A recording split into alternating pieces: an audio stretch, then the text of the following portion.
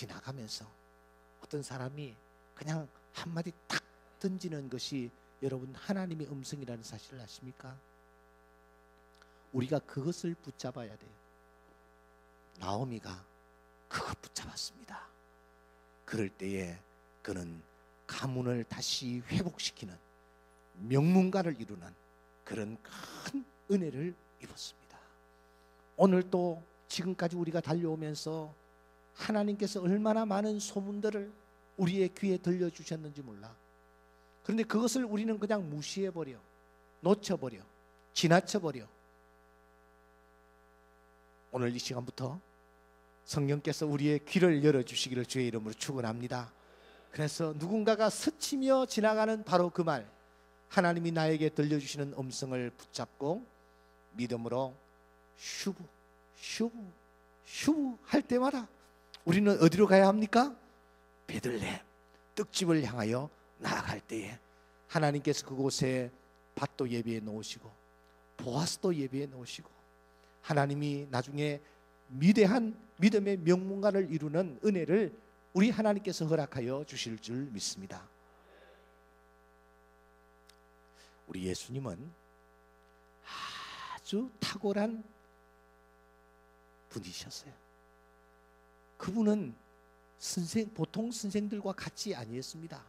서기관들과 바리새인들처럼 그렇게 가르치지를 아니하셨어요. 예수님은 위대한 메시지를 전해 주셨고 그 말씀은 항상 능력이 있었으며 구체적이고 실제적이었습니다. 그래서 예수님 곁에는 항상 많은 사람들이 몰려들었어요. 기억하십니까? 어떨 때는 예수님 곁에 4,000명이 모였대. 어떨 때는 예수님 곁에 5,000명이 모였대. 글쎄. 어떨 때는 발에 밟힐 만큼 모여들었대. 그래서 예수님을 한번 만나는 것은 결코 쉬운 일이 아니었습니다. 그래서 어떤 사람은 지붕을 뚫고 올라가야만 누구를 만났습니까? 예수님을 만났어요. 어떤 사람은 또 뽕나무 위에 올라가야만 누구를 만났습니까? 예수님을 만날 정도로 예수님 곁에는 너무 많은 사람들이 몰려들었어요. 그래서 예수님은 무엇을 가르칠까를 놓고도 고민하셨겠지만 어떻게 가르칠까를 놓고도 예수님은 고민을 하셨어요.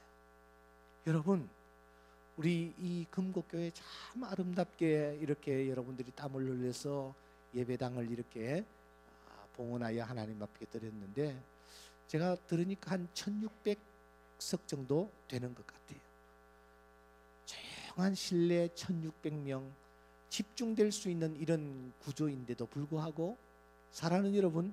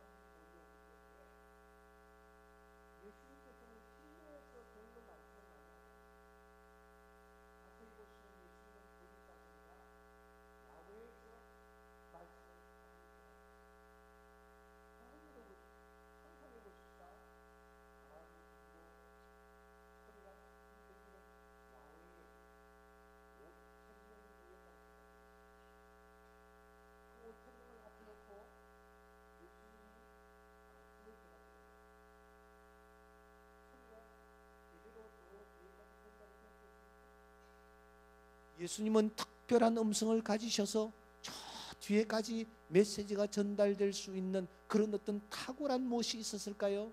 우리는 그렇게 생각할 수가 없습니다.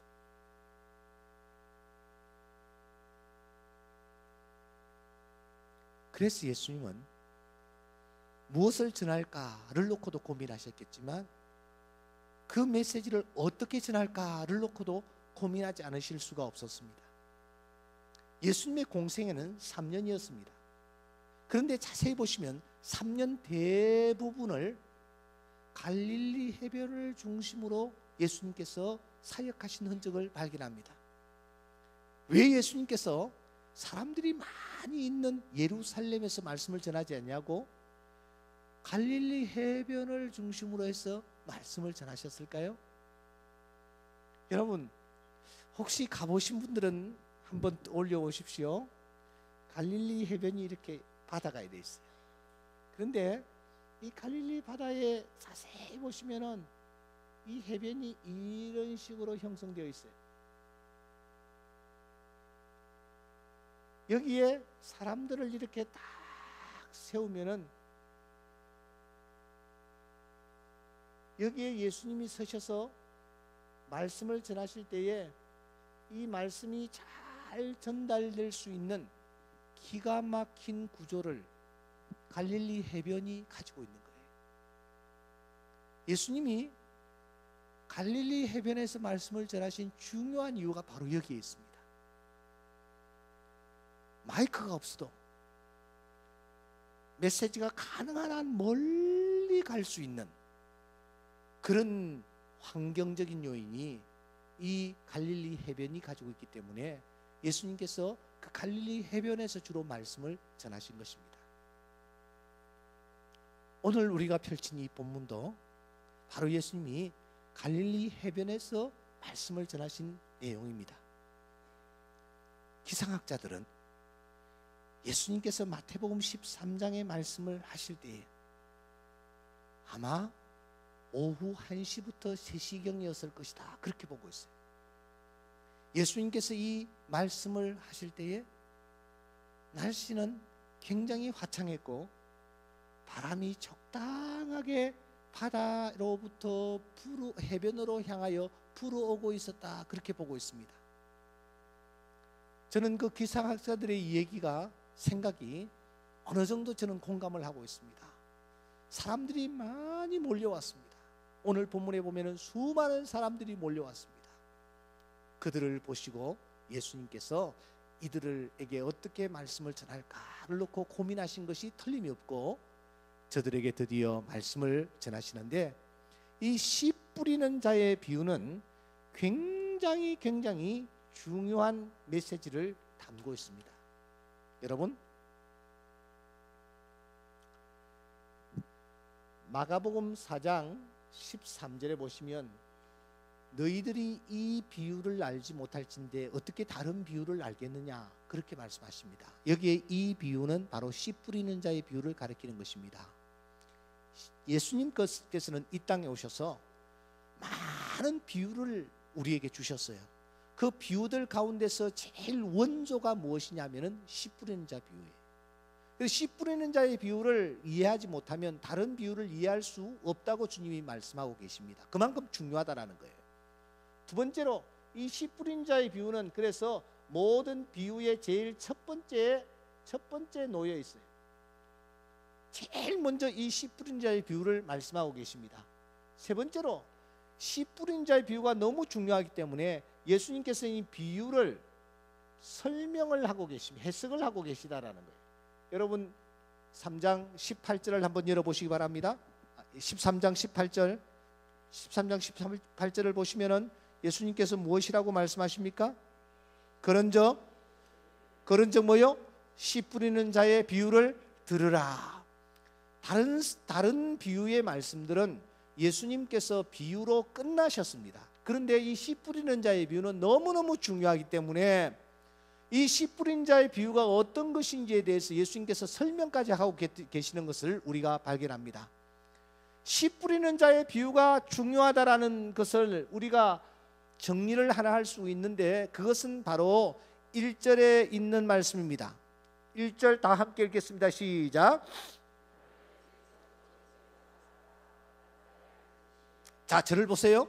여기에 앉으시매라는 말이 있어. 앉으시매.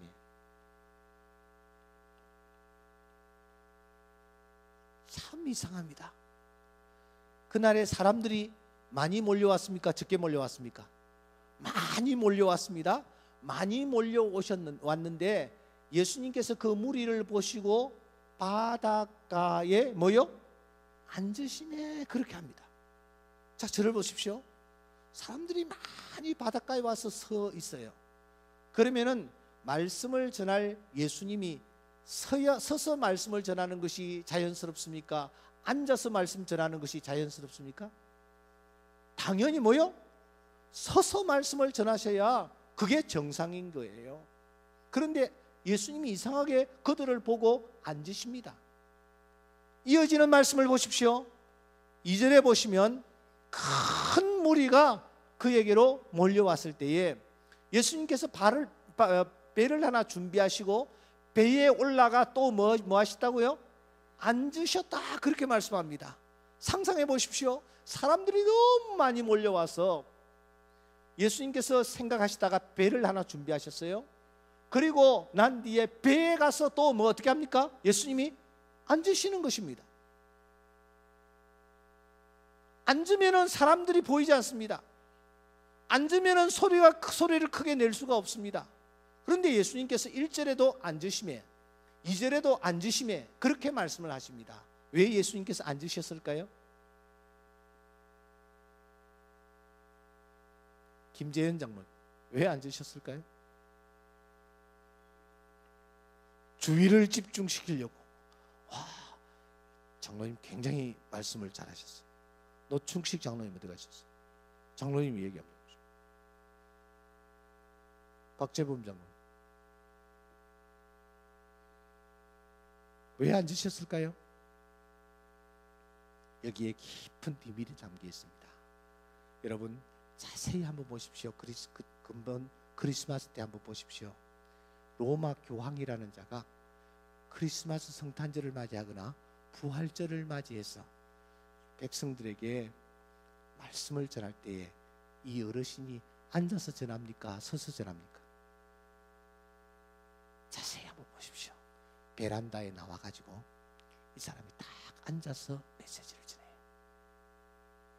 왜 그러냐면은 내가 지금부터 너희들에게 하는 얘기는 굉장히 중요한 얘기다 라는 것을 몸으로 보여주기 위해서입니다. 예수님 당시에 랍비가 중요한 말을 할 때에는 항상 어떻게 합니까? 앉아서 하는 그런 풍습이 있었어요. 그러니까 예수님께서 앉으셨다라는 말은 내가 너희들에게 지금 하려고 하는 얘기는 굉장히 중요한 얘기다 하는 것을 예수님께서 방금 장로님 말씀하신 대로 몸으로 지금 보여주고 계시는 거예요. 그만큼 이 10분인 자의 비유는 굉장히 중요한 것입니다. 시간이 허락하는 대로 이 중요한 말씀을 여러분들과 함께 나누면서 이 말씀 속에서 하늘 문이 어떤 자에게 열리는지를 같이 좀 나누려고 하는 것입니다. 씨 뿌리는 자의 비유, 아주 우리가 잘 아는 내용이기 때문에 생략을 하겠습니다. 제일 먼저 우리가 정리해야 될 것이 있습니다. 이 씨 뿌리는 자의 비유에 등장하는 주인공이 도대체 몇 명이냐 하는 것입니다. 이 앞에 집사님이십니까? 집사님, 몇 명인 것 같아요? 등장하는 주인공 빨리 얘기하세요. 시간 없어. 몇 명인 것 같아요? 그럼 뭐 누구야? 누구야?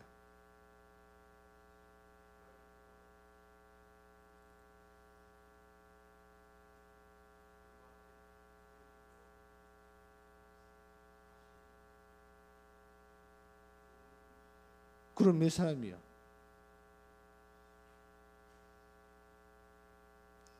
제가 던지는 질문의 핵심은 이것입니다.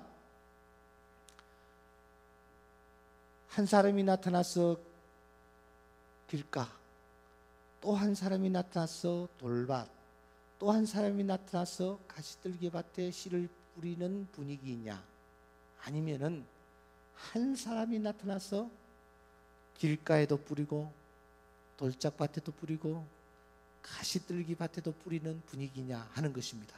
여러분 어느 쪽으로 표를 모으시겠습니까? 예? 예? 한 사람인 것 같아요? 네 사람인 것 같아요? 네. 역시 목사님 준비 많이 하셔야 될 것 같아요. 이분들 진짜 성경 실력이 대단한 분들 같아요. 예. 네 사람이 아니고 몇 사람요? 한 사람인 것 같아요. 잘 정리하셨습니다. 그래서 단수로 나오는 것입니다. 씨를 뿌리는 자가 그렇게 나오는 거예요. 단수, 한 사람인 것 같아요. 그러면 더 중요한 질문을 우리가 이 본문을 향해서 던져야 됩니다. 그것은 여기에 등장하고 있는 씨가 도대체 무엇이냐 하는 거예요. 여러분 씨가 도대체 무엇인 것 같아요? 씨가 무엇인 것 같아요? 말씀. 또 말씀. 또 빨리 얘기 좀 하세요. 시간 없어. 복음. 또 예? 생명. 또 영생. 또 예, 말씀, 복음, 생명, 영생. 예, 여기에 씨를 우리가 그렇게 생각할 수가 있습니다. 그런데 이 비유는 너무 중요하기 때문에 예수님께서 씨가 도대체 무엇인지에 대해서 우리에게 해석을 해주고 계십니다.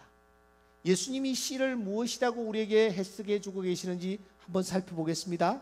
여러분 18절 이하를 아까 해석하시는 부분이다라고 우리가 정리를 했는데 19절에 보시면 씨가 무엇인지를 우리에게 말씀하십니다. 19절 마지막 부분에 보면은 길가에 뿌려진 뭐요? 자요. 영어 성경도 참고하십시오. 사람이요. 무엇이 사람이라고? 씨가 사람이랍니다. 다시 한번 보시기 바랍니다. 21절에 보면은 곧 넘어지는 자요 그렇게 말하고 있습니다. 씨가 무엇이라고요? 사람이라는 거예요. 22절에 보면은 결실하지 못하는 자요 그렇게 말합니다. 그러니까 예수님께서 이 씨를 무엇으로 생각하시면서 우리에게 말씀하고 계시느냐 하면은 사람이라. 사람.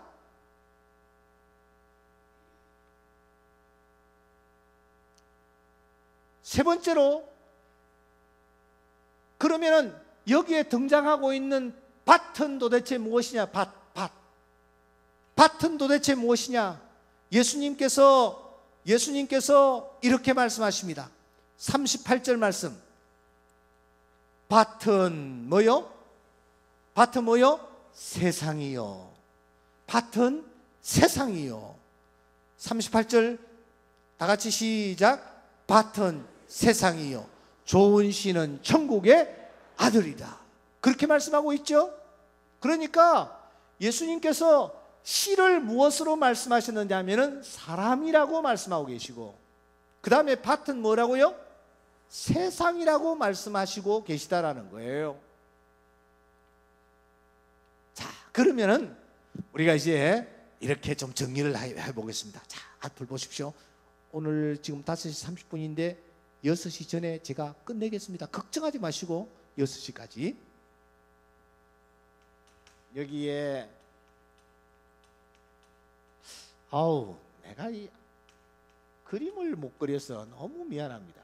이 사람이에요, 사람. 사람처럼 생겼어요, 안 생겼어요? 잘생겼죠?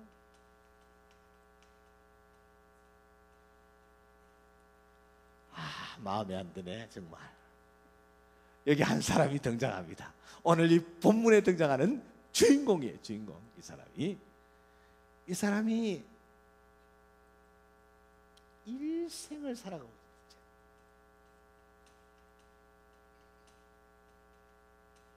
일생을 살아가는데, 일생을 살아가는 이 과정에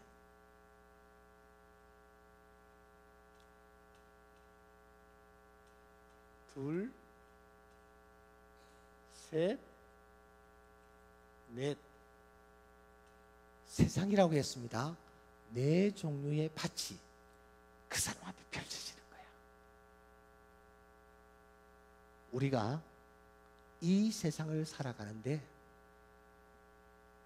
한 종류의 밭만 등장하는 것이 아니고 뭐요? 적어도 네 종류의 밭이 우리가 살아가는 삶의 현장에 펼쳐지는 거예요. 그것을 예수님께서는 길가, 돌밭, 가시들기밭 등으로 표현을 하고 계세요. 이런 밭이 펼쳐지는 것입니다. 이 사람이 일생을 살아가는데 이 네 종류의 밭이 펼쳐지는 거예요.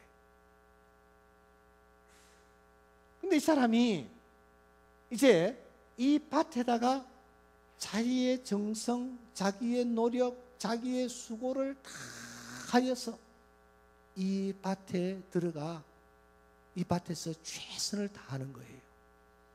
근데 이 사람이 이제 밭에 가서 보니까 그 밭이 무슨 밭이었어요? 무슨 밭이었어요? 길가? 길가밭이야. 바짝 마른 밭. 바짝 마른 밭. 이 밭에 이 사람이 오늘 본문에 보니까 씨를 뿌렸어. 최선을 다했어. 열매를 거두었습니까? 거두지를 못했습니까? 열매를 거두지를 못했어요. 이번에는 또 좋은 밭이 펼쳐지려니 하고 다시 그 다음 밭에 가보니까 그 다음 밭은 무슨 밭이요? 돌밭이야. 그래서 걸려 넘어지고 머리가 깨지고 무릎이 깨지고 역시 이 밭에서 열매를 거두었습니까? 거두지를 못했습니까? 열매를 거두지를 못한 거예요. 그 다음에 좋은 밭이 펼쳐지려니라고 생각하고 이 사람이 나가보니까 가시와 은근키가 너무 많은 밭이야. 열매를 거두었습니까? 거두지 못했습니까? 거두지를 뭐요? 못했어.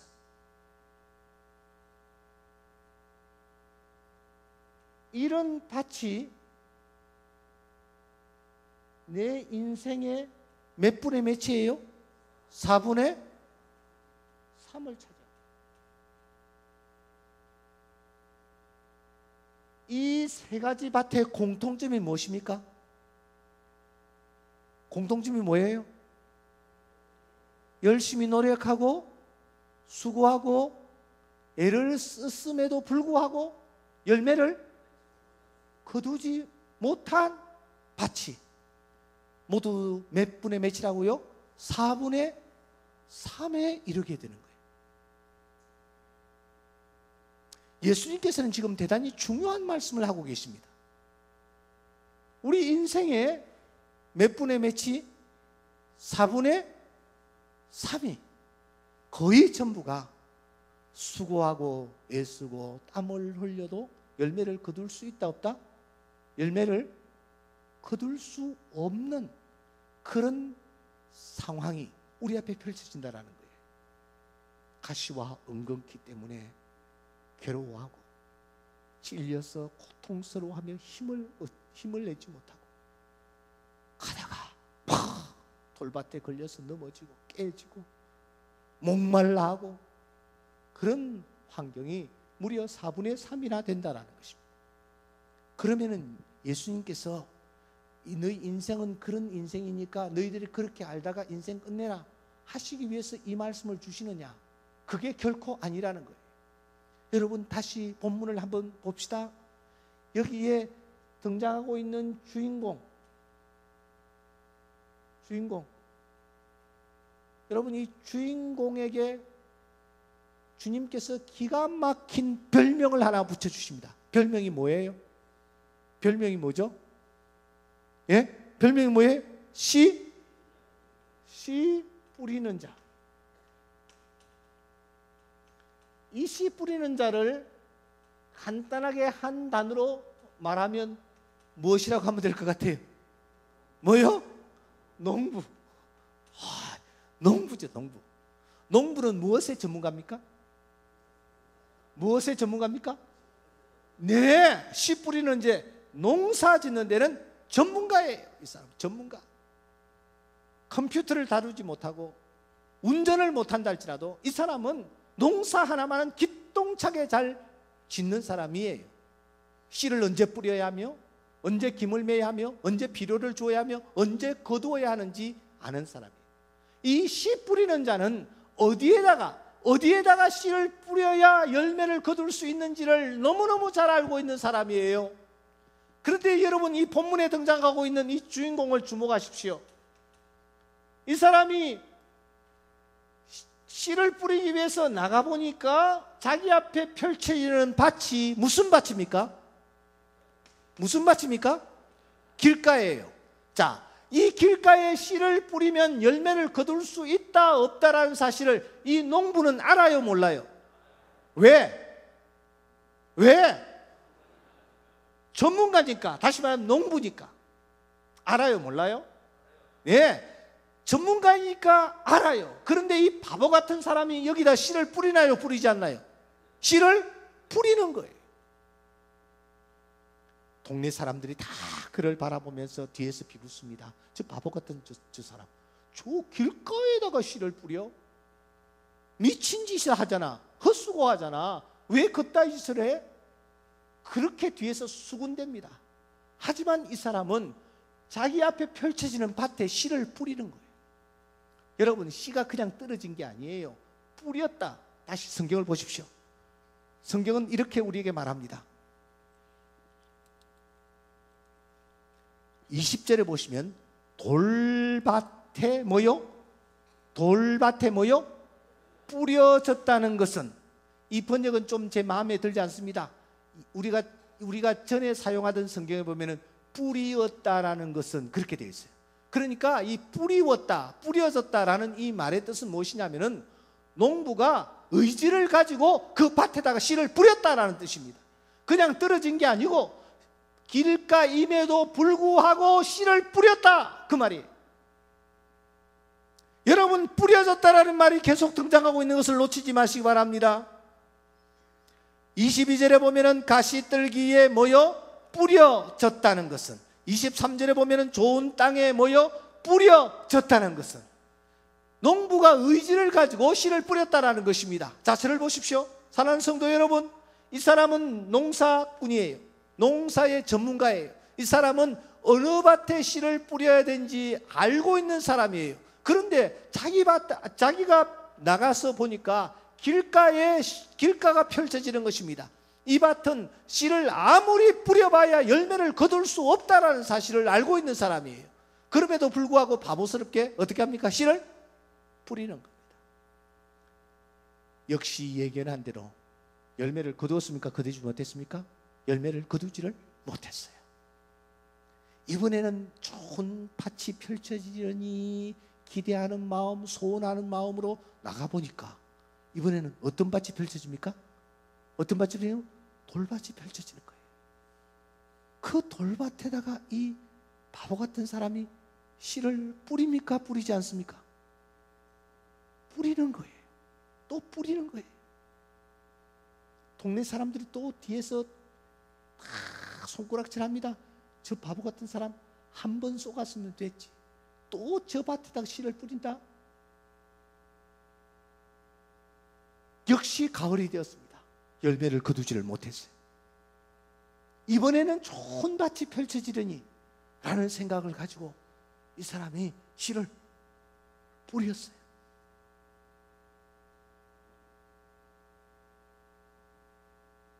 또 열매를 거두지를 못했어요. 얼마나 실망했겠습니까? 3번이나 실패하는 것입니다. 그런데 이 바보 같은 사람은 여기에서 멈추지를 아니하고 한 번 더 나아가 이 사람이 씨를 뿌리려고 나갔어요.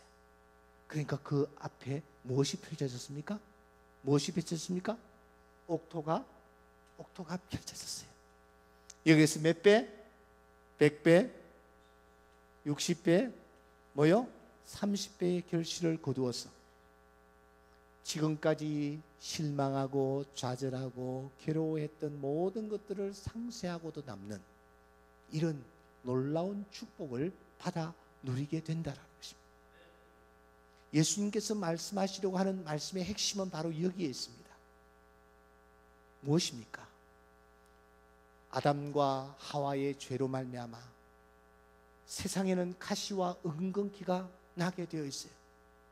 그래서 우리는 목말라 하고, 우리는 때로는 걸려 넘어지기도 하고, 우리는 때로는 가시떨기에 고통스러워하며 괴로워할 때가 참 많이 있어요.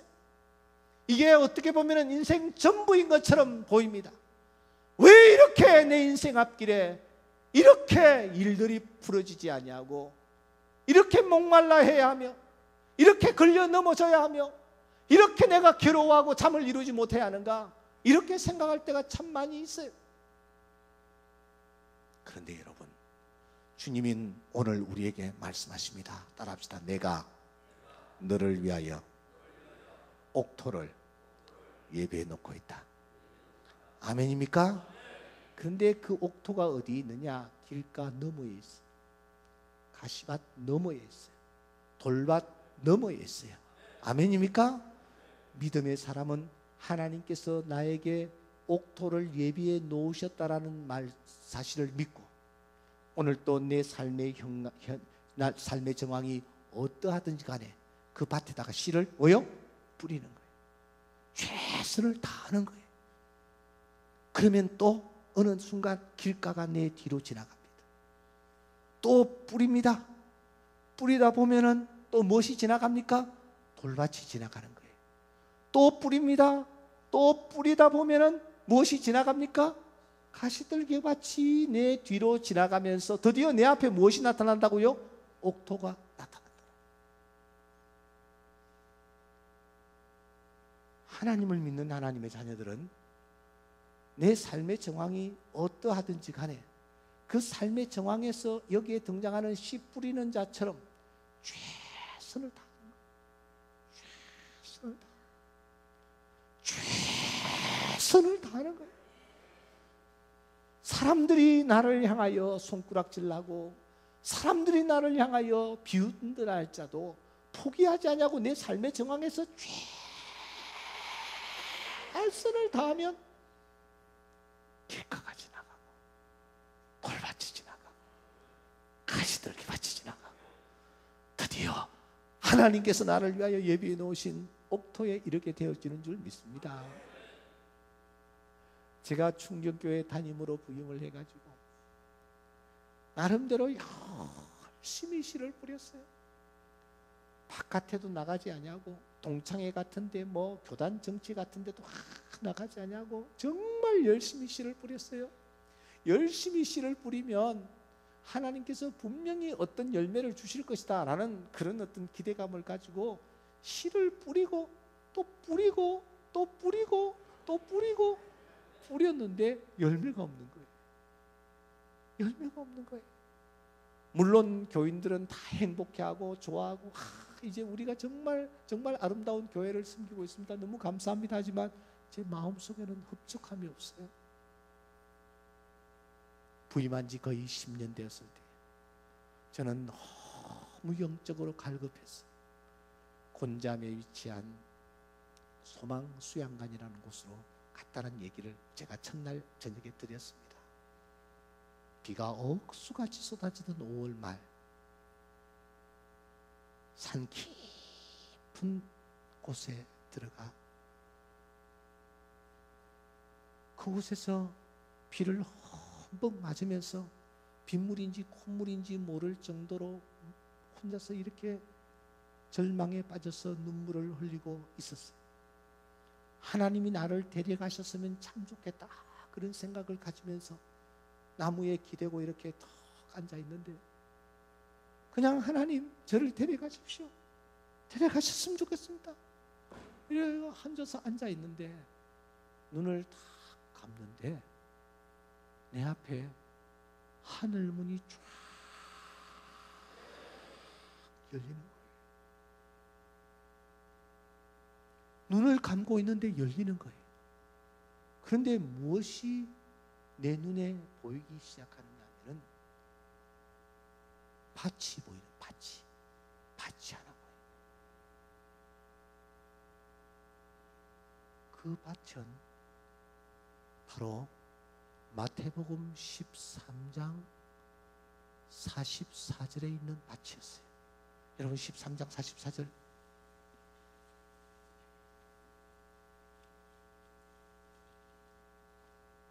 다 같이 한번 읽어보겠습니다. 시작. 천국은 마치 밭에 감추인 보화와 같은,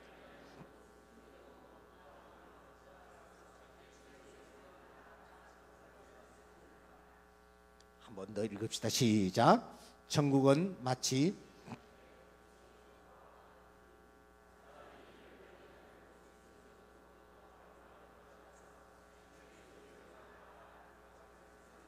자, 저를 보세요. 이 밭이 하나 펼쳐지는 거예요. 눈을 감고 있는 거 있습니다. 있는데 성령께서 저에게 질문을 던지시는 것 같았어요. 이런 질문을 던지는 거예요. 야, 여기 등장하고 있는 주인공이 밭 주인인 것 같으냐, 소작농인 것 같으냐? 여러분 대답해 보십시오. 밭 주인인 것 같아요? 소작농인 것 같아요? 소작농인 것 같죠? 예, 그래서 제가 샀느니라라는 말을 들으니까 소작농 같아요.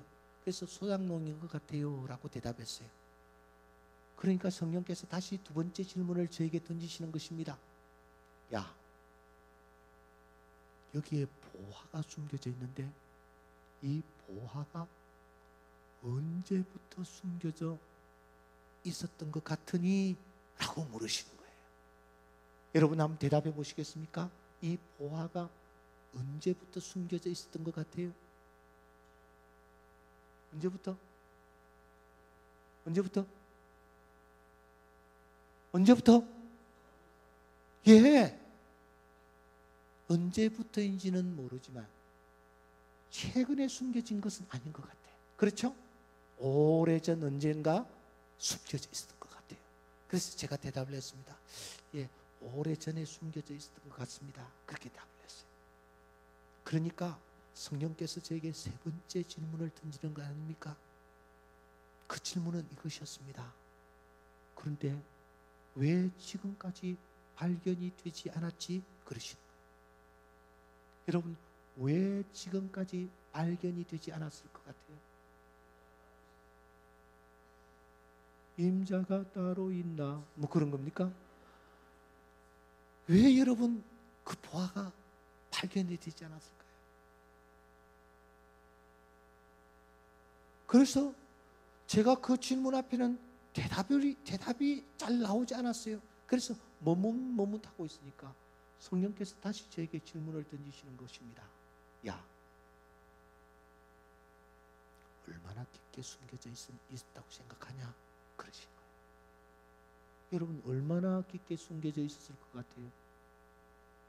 얼마나? 몇 센치?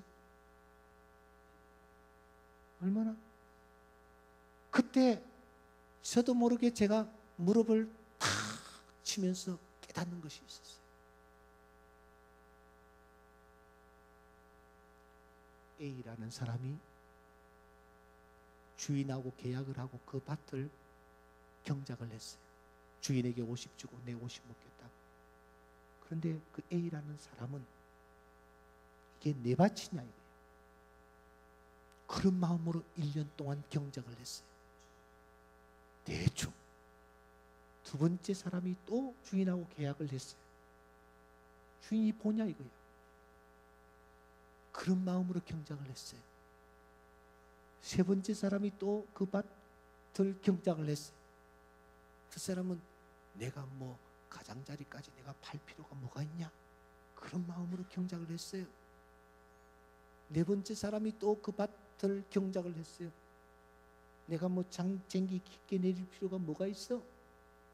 주인은 따로 있는데. 그런 생각으로 경작을 했어요.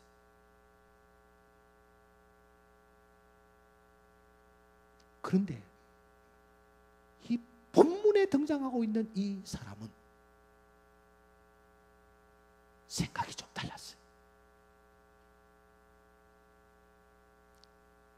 내받지 않았지만 내받친 것처럼, 주인이 보지 않지만 주인이 보는 것처럼 가장자리도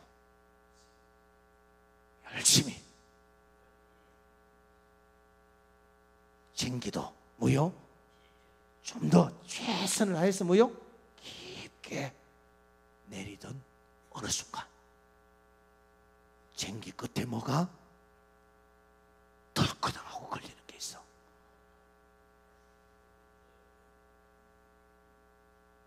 그래서 무엇이라고 생각하고? 돌로 생각해서, 돌로, 보화로 생각하지 않냐고. 집사님이십니까? 장로님이십니까? 목사님이십니까? 오, 잘하시네. 오늘 저녁도 거기 딱 앉으십시오. 이 돌도 드러내야지, 그래야 옥토가 되지. 그런 마음으로 돌을 드러내기 위해서, 쟁기의 끝에 들커덩하고 걸리는 돌을 드러내기 위해서 이렇게 좀 이렇게 파보니까, 사랑하는 여러분, 놀라지 마십시오. 그게 돌이 아니고 무엇이었습니까? 보화였어요. 그래서 그 밭 주인이 되고 보화의 주인공이 되는 것입니다.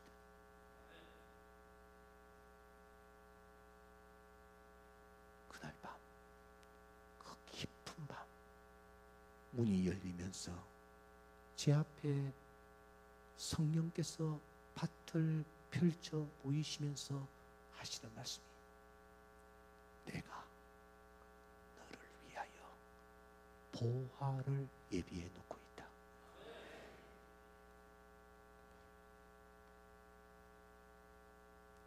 내가 너를 위하여 보화를 예비해 놓고 있다.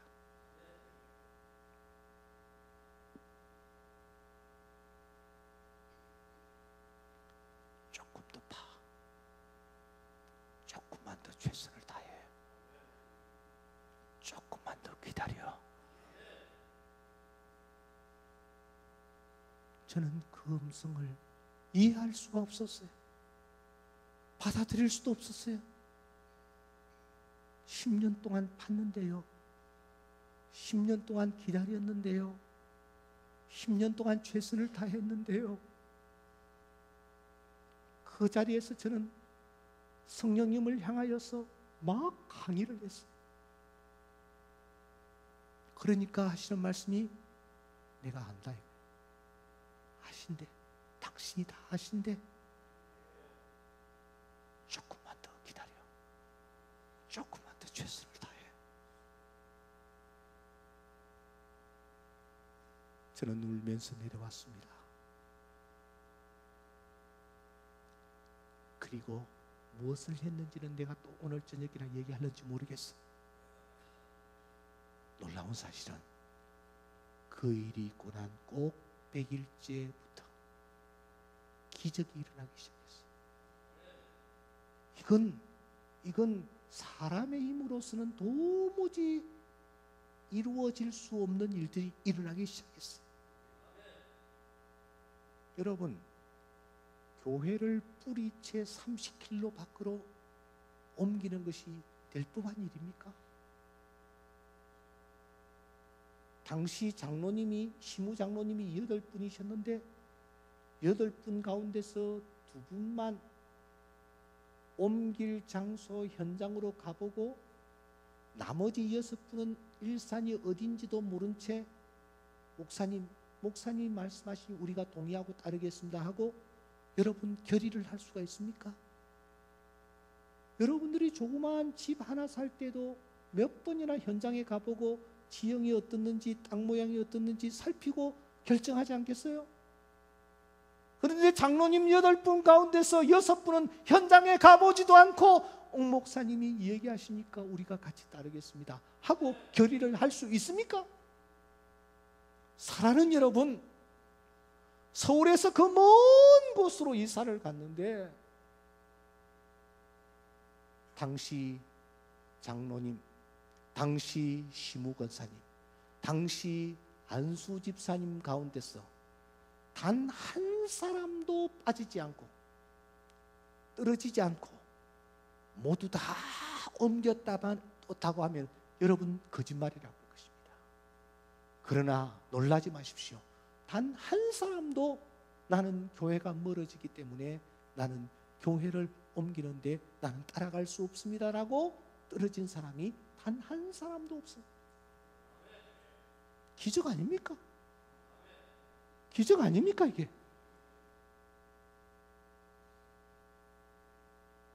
이제 저는 말씀을 정리합니다. 우리가 던져져 있는 삶의 정황은 예수님 말씀대로 길가와 같아요. 돌짝밭과 같아요. 가시떨기 밭과 같아요.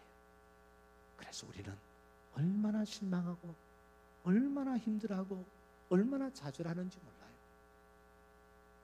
하지만 하나님은 우리를 위하여 옥토를 예비해 놓고 계십니다.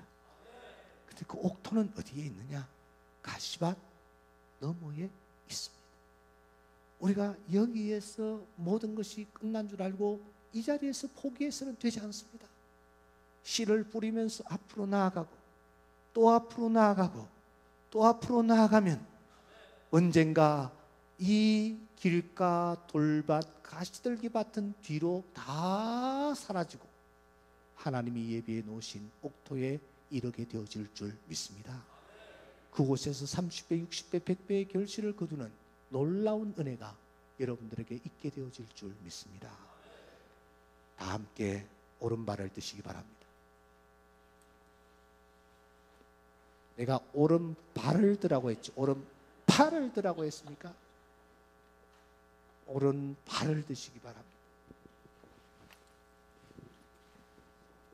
발 들었어요? 발 좀 드세요.